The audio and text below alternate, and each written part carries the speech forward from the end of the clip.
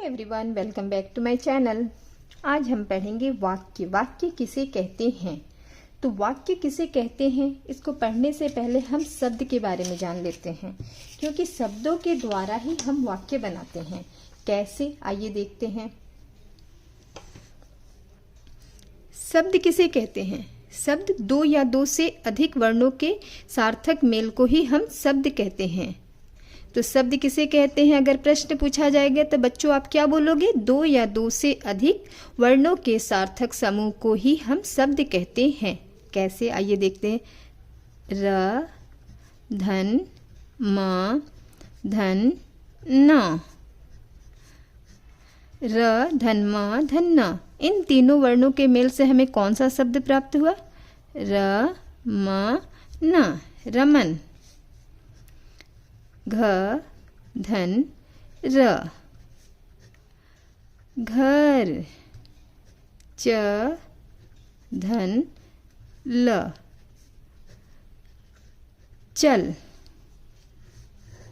हम शब्द बना रहे थे, लेकिन इन शब्दों से ही अब हम वाक्य बनाएंगे। कैसे, आइए देखें।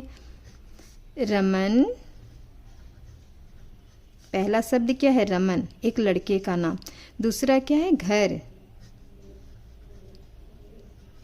तीसरा चल। रमन, घर, चल। इन तीनों शब्दों से ही हमने क्या बना दिया? एक वाक्य।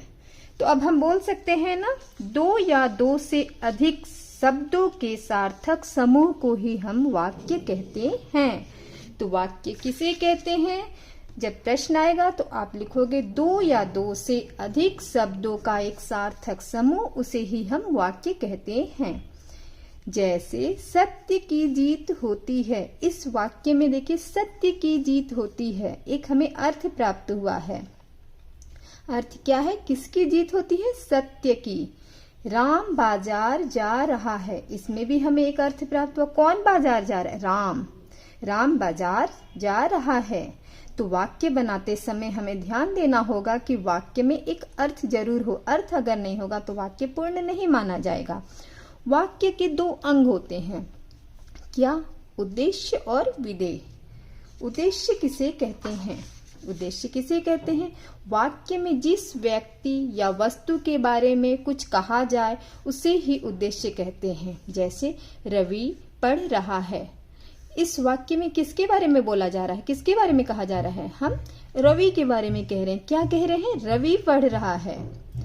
रवि के बारे में हमने बोला है, रवि पढ़ रहा है। दूसरा क्या है?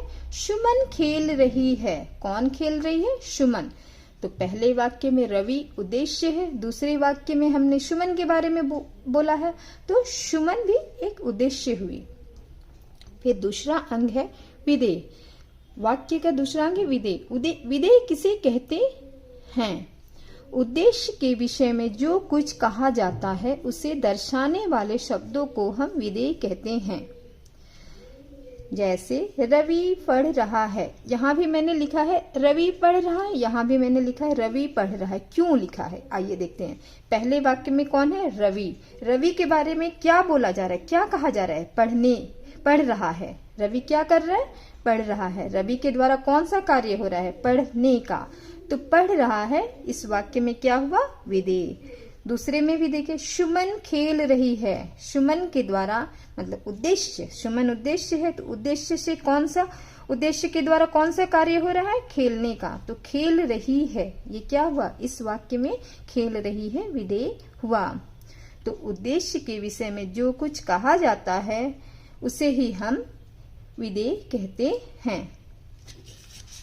तो अब आपसे जब पूछा जाएगा, प्रश्न आएगा वाक्य किसे कहते हैं, तो आप लिखोगे दो या दो से अधिक शब्दों का एक सार्थक समूह, उसे ही हम वाक्य कहते हैं। वाक्य के कितने अंग होते हैं? वाक्य के दो अंग होते हैं, उद्देश्य और विधेय। आई होप आज का वीडियो आपको पसंद आया है। अगर पसंद आया है तो चैनल को लाइक सब्सक्राइब करना ना भूलें। Thank you.